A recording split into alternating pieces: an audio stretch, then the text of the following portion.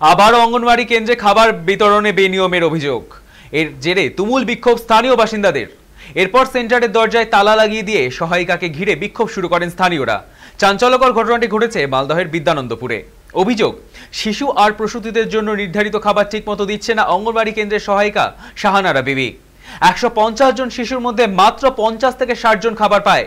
পাশাপাশি দপ্তরের কোনো অনুমতি ছাড়াই স্বেচ্ছায় দুজনকে সহকারী হিসেবে রেখেছে দাবি স্থানীয়দের। এরপর বিক্ষোভ ক্রমশ জোরাল হলে পুলিশের ভয় দেখানো হয় স্থানীয়কে।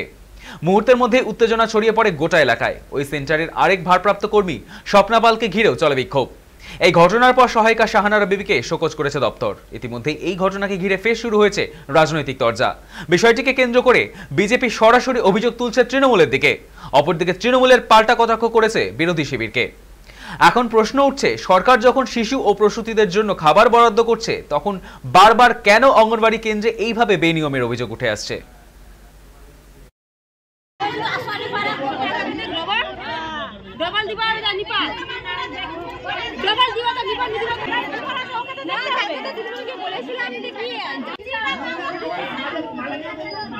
কি কি খাবার দেয় আপনাদের সপ্তাহে? শুধু খিচুড়ি, আর খিচুড়িটা কিছু পাওয়া যায় না। কারণ সরকার নিয়মিত বলছে 3 দিন ভাত 3 দিন খিচুড়ি দেওয়ার কথা। কিছু দিচ্ছে না। কিছু দিচ্ছে না? না, গর্ভবতীকে শুধু 4-5টা ডিম দিচ্ছে। প্রত্যেকদিন ডিম পাওয়া যায় সবাই বলে, কিন্তু এখানে দিচ্ছে না। আর আমাদের ওপাড়ায় দিচ্ছে, সব দিচ্ছে আমাদের। আর যারা প্রসূতি মা তারা ডিম পাচ্ছে না কিছু। মায়েরা তো বলছে যে নিয়মিত খাবারই পাচ্ছে না। না, আমি তো ডেইলি খাবার দিই। আমার সেন্টার কোনোদিন বন্ধ, খালি ছুটির যেগুলো ছুটি দিন থাকে সেই দিনগুলো বন্ধ থাকে। এখানকার যে হেল্পার রয়েছে, হেল্পার বলছে নাকি অন্য দুজনকে হেল্পার রেখেছে নিজের কাজের সুবিধার জন্য। এখানে কি নিয়ম রয়েছে কি? এখানে চার্জে পাওয়ার পর থেকে আমিও শুনেছি যে উনি অসুস্থ থাকার জন্য নাকি উনি রান্না করতে পারে না, তার জন্য উনি আরো দুজনকে রেখেছে। আমি তো খাবার দেওয়ার জন্য এসেছি, এবার তারা তো দেখছি যে খোলেনি। আমি তো খাবার টাবার সব নিয়ে চলে এসেছি। অঙ্গনবাড়িতে যদি কোনো বেনিয়ম হয়ে থাকে তাহলে প্রশাসন নিজের খতিয়ে দেখে ব্যাপারটাকে আইনানুগ ব্যবস্থা নেবে প্রশাসন। আর বিজেপি কি বলছে, বিজেপির কথায় আমরা কান দিই না, কারণ বিজেপির পায়ের নিচে মাটি নেই। এই প্রচারে থাকার জন্য তারা এইসব উল্টাপাল্টা বলে বেড়াচ্ছে। প্রত্যেকটা সেন্টারে যারা দায়িত্বপ্রাপ্ত শিক্ষক আছেন বা যারা দায়িত্বপ্রাপ্ত এই সেন্টারের দায়িত্বে আছেন, তাদেরকে গিয়ে প্রতিদিন একটা সেন্টারে গিয়ে খাওয়া উচিত, যে খাওয়াটা কীভাবে হয়, কিন্তু সেটা কেউ পরীক্ষা করছে না। গ্রামবাসীরা কেন আন্দোলন করেছে? যদি খাওয়া ভালো দেয় তাহলে কেন করবে না?